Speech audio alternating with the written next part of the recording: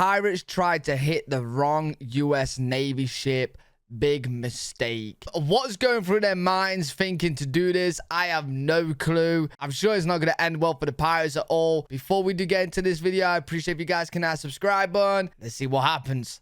They thought it was a cargo ship.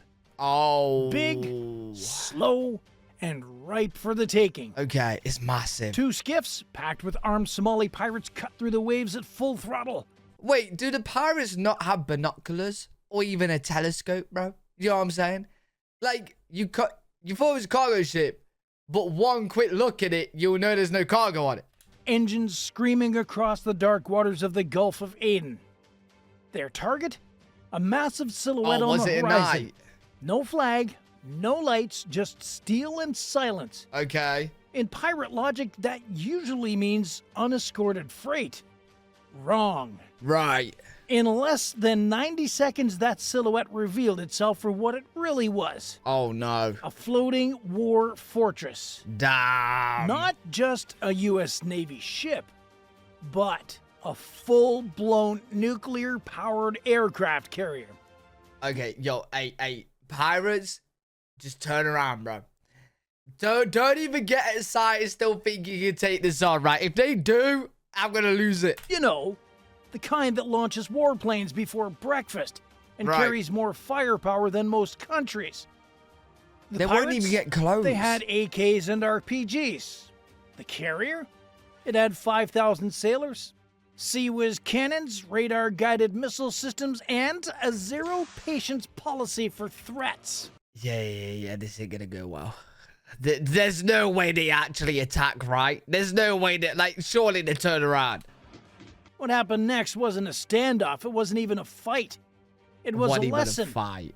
One that started with a warning and ended with weapons drawn and pirates face down on a rigid hull inflatable boat, or RHIB. Damn. Because this is what happens when you pick the wrong ship. This is what happens when you try to hit a U.S. Navy aircraft carrier. Why? And this was a big mistake. The radar spotted them first. 2 fast-moving blips. Low signature, no AIS signal, approaching at speed. Do you know what? I actually can imagine. Like, I know the Navy will be fully professional in this matter, right? But surely they're just in there in the control panel, right? And just laughing to themselves, thinking, what are they doing? Like, bro, who do they think they are to be attacking us like this? Inside the Combat Information Center of the USS Dwight D. Eisenhower, the system lit up. The operator called it out without hesitation. Contacts, 2 small craft bearing 085, closing. In the Red Sea, that only means one thing. Trouble on the water. Right. The officer on the deck didn't need a second opinion. He leaned into comms. Bridge, CIC, notify flight deck. Launch Seahawk now. Okay, what's Seahawk? Outside, the carrier was already awake. This wasn't a sleepy convoy. This was a full strike group on patrol, and the carrier was its nerve center. In less than 2 minutes, an MH-60R Seahawk spun its rotors and roared off the deck. Okay. Loaded with a door gunner, radar systems, and eyes sharp enough to ID a tattoo at 5,000 feet. It angled straight toward the incoming threat. Meanwhile, sailors on the flight deck had paused for exactly 0. See, I'm surprised they're sending the helicopter there. Is a helicopter more like, can it move around more than I think? Because I'd think maybe just shoot your guns that's on this, you know what I'm saying? Unless they're just doing recon, but then they got drones. Because I'm thinking if they got guns and RPGs, like, can't they just shoot the helicopter quite easily or not? Seconds. Yellow shirts cleared space. Red shirts checked weapons loads. Green shirts waved clearance for another bird on standby. And the CIC? A second contact. Right. Skiffs are splitting. One's pulling a port, one's still heading straight for us. Textbook pirate tactic. Divide and confuse. Okay. The captain... Yeah, I don't think you're going to be confusing the U.S. Navy, but sure. Gave a simple command. Maintain course. Let them commit. No. His exact words were, okay, guys, we've got idiots on the way. Just you know, training. This is training, guys. Up in the air, the Seahawk had visual. Oh, it's Pilot quite high. called it in. Hostile posture. Repeat, visible armament. That's all the Navy needed. Because while most pirate encounters get the benefit of the doubt, this one had already crossed the line. Right. A second Seahawk was launched. RHIB teams on the nearby destroyer USS Gravely geared up. Okay. On deck, Sea Whiz spun quietly into standby. The whole ship was calm, focused, and fast. But make no mistake, they were not waiting to be attacked. Right. Because on a U.S. aircraft carrier, hesitation isn't protocol. It's a liability. Okay. And the pirates, they had no idea what they were walking or sailing into. I just don't understand, it must be pitch black, right? I highly doubt it was in the day because they would turn around. Like, if they knew exactly this was not a cargo ship and it's the U.S. Navy, surely they're not that dumb. Maybe they are. From their view, it was still just a big ship on the water. Right, okay. From the Navy's view, it was two threats closing in fast, and everything was in motion. The pirates didn't know it yet, but the warning shot was already locked and loaded. The skiff on the right kept coming. No course change, no speed drop, just blind confidence. Oh my God. Or should I say, blind stupidity. Yep, facts. At 800 yards, the Seahawk dropped altitude. Its side gunner swung the M240 into position. No firing yet, just posture. Like, do they not hear the helicopter on the ocean? Like, the pirates, do they not hear it? Because if I'm thinking, hey, the cargo ship has just released a helicopter, summit it right. You know what I'm saying? Are you sure this is the cargo ship? A not so subtle way of saying, you're in the wrong neighborhood, buddy. But the pirates didn't flinch. What? One of them even stood up, holding something long and metallic over his shoulder. RPG. What? That was it. Hostile confirmed, the Seahawk radioed. Weapons in hand, continuing intercept. Back on the Eisenhower, the captain didn't even blink. From the port side of the destroyer, two 11-meter RHIBs hit the water, packed with Navy visit, board, search, and seizure, or VBSS teams. Okay. Body armor, M4s, flashbangs. These weren't diplomats. These were floating SWAT teams with a license to act fast and hit hard. Damn. The carrier itself didn't need to fire a single round. That's what the task force was for. But if things escalated... Yo, I'm very, very surprised. Like, full on respect to the people serving on the Navy, because I was thinking, like, they got the weaponry, like the weapons and that on the ship, and they could just fight from the ship. They don't have to get their hands dirty. But sending out the helicopter to hover over them whilst they got weapons and RPGs and that, and then sending the boat to intercept with them as well, like, they're getting their hands dirty, bro. And I feel like they could just be chilling on the ship right now and just shoot from the ship and be fully safe. You know what I mean? Sea Whiz turrets were already humming quietly. Radar tracking the skiff like a hawk staring at a mouse in an open field. Meanwhile, the Gravely moved into flanking position. It was like watching chess at 35 knots. Right. One skiff trying to fake out two warships and a helicopter. Not exactly a winning strategy. Nope. Overhead, the Seahawks gunner gave a final vision. Listen, the pirates are already in checkmate, man. And they're just, yeah, they don't even know it. They're still playing. To a warning. He fired a burst across the water, just in front of the skiff's bow. Okay. Warning shots. The message was crystal clear. Turn around or go down. This time, the pirates reacted. Too late. The RHIB was already on them, engines roaring, cutting across the surf like a scalpel blade. The first VBSS team boxed in the skiff from starboard. What? The second team blocked retreat from the rear. Over the loudspeaker, they yelled, "Lay down your weapons, hands up, do it now." Confusion. Oh, wow. Panic. One pirate tossed his AK into the water. Froze, eyes wide. Smart choice. Damn, the ones that didn't, bro. Hey, they must have been absolute crap in it, mate. Like, when they got the warning shots and they see that they've been surrounded, yeah, they're like, okay, we messed up, guys. We messed up. Well, let's just say that the Navy doesn't wait long for a group vote here. Okay. In less than 30 seconds, it was over. Weapons confiscated, pirates zip-tied and laying on the deck of the RHIB. Skiff towed, scene secured. And the Eisenhower never stopped moving, not even slowed down a little bit. That's because mad. Aircraft carriers don't need to handle every threat themselves. They bring an entourage that bites back harder. So pretty much they're just going on their course, and then they got a little bit of a hiccup with a little bit of drama in the oceans. They settled that while still on course. Okay, bravo me. And the pirates? Yeah, they finally realized it. They hadn't just picked the wrong ship. They picked the wrong ocean. And now it was time to explain to the pirates what they almost messed with. The pirates were zip-tied, disarmed, and staring at deck boots. Hey, they're lucky that they're on the deck right now, pretty much arrested. Like, they are so lucky. They're so lucky they didn't do a shot at the ship, and they, you know, the Navy had to shoot back because they would not be here. But the Navy wasn't done yet. See, What do you mean? when you make a move on a U.S. Navy aircraft carrier, even a dumb one, they don't just neutralize you. They investigate, document, and send a message. Because tomorrow's threat might have night vision, not just knock off AKs. So while the VBSS teams hauled the suspects aboard the Gravely, a second Seahawk flew a perimeter loop. They weren't just babysitting, they were scanning. Thermal signatures, hull markings, even checking if that skiff had tech inside. GPS, sat phones, encrypted radios. Any hint that this was more than just a bunch of amateurs. And yeah, they're being precautious, which is good. So, it wasn't just some slapdash pirate crew. Huh? Wait, what, is it getting juicy? Encrypted radios. Any hint that this was more than just a bunch of amateurs. And yeah, turns out, it wasn't just some slapdash pirate crew. What was it then? Back on the Eisenhower, the mood? Still business. The carrier hadn't even broken formation, hadn't missed a single sortie on its flight ops schedule. The catapults were still launching FA-18 Super Hornets into the sky.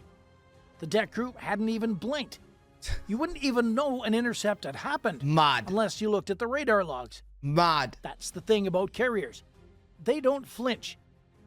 Because while pirates are out here chasing money with leaky motors and RPGs, the U.S. Navy is running 100,000-ton nuclear-powered fortresses capable of launching jets every 30 seconds Different and directing scale. regional security across half the globe. Different scale. Think pirates scare that? Try again. And here's the kicker. The second skiff, remember that one? The one that veered off early? That one didn't get away either. A drone picked it up about 6 nautical miles out, idling near a fishing vessel that looked a little too clean to be hauling tuna. Minutes later, that vessel was swarmed by a different RHIB team from the USS Mason. Hey, they're just clearing up right now. I want to know what's going on, though. Like, you know, when they did the investigations and they found something, it wasn't just an amateur team. Like, what's going on there? What's the juicy business? Destroyer in the strike group. Result? 2 more pirates detained, 1 laptop seized, and a whole bunch of questions that'll be answered in a classified tent somewhere in Djibouti. What started as a simple intercept had just peeled back a much bigger layer. Why? But here's the funny part. The original pirate crew still thought that they'd attacked a cargo ship. Right up until a U.S. Marine leaned over and said, "You know you pulled up on an aircraft carrier, right?" What? Silence. Wait. Are cargo ships rocking with military personnel? What? Why? They still thought it was a car. Are they okay? Then one of them muttered something under his breath. Nobody translated it officially, but if we had to guess, probably something like, "Big mistake." Yep. Do you want to support our mission? Big mistake Join the indeed. fleet, get loyalty badges, priority replies, and help bring real stories from the sea to the surface. Go to our channel page, click join, and step aboard. That little bit in description, amazing videos. Back to the story. So let's be clear here, for anyone still wondering why a carrier is the worst target imaginable. Here's what makes it untouchable. Attacking a U.S. aircraft carrier is like bringing a butter knife to a tank fight.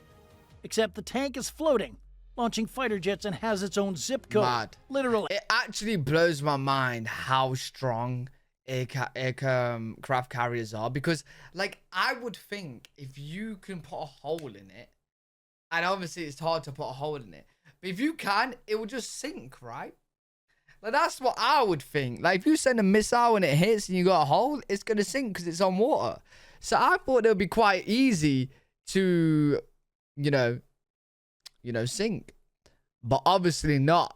They're literally like a tank, which is crazy. The pirates thought they were chasing a lonely cargo ship. What they actually found was the most heavily protected vessel on any ocean, anywhere, ever. Mad, they messed up big time. Let's break it down here.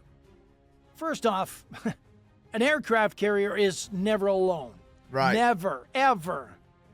If you're just pulling up on a flat deck, you're pulling up on a carrier strike group. Idiots. A tight formation of destroyers, cruisers, submarines, supply ships. Would they not have seen them? Like, did they not have a radar? Like, they obviously knew the ship was there. So they must have some sort of radar picking it up, right?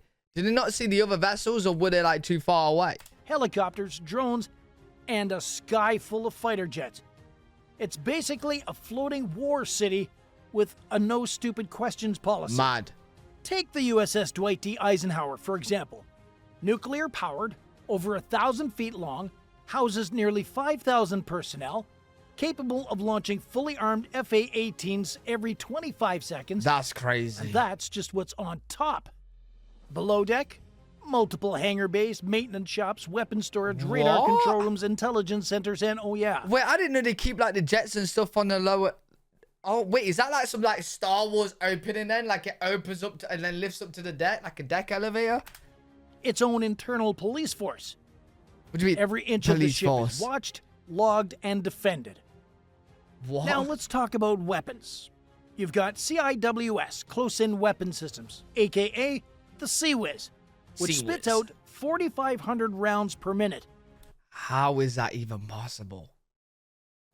4,500 rounds per minute. How does it even shoot that quick? Think of it as a laser-guided meat grinder that doesn't ask permission. What? Then there's the ESSM, Evolved Sea Sparrow Missiles. Anti-air, anti-missile, anti-you name it. Fast, accurate, brutal. Mad.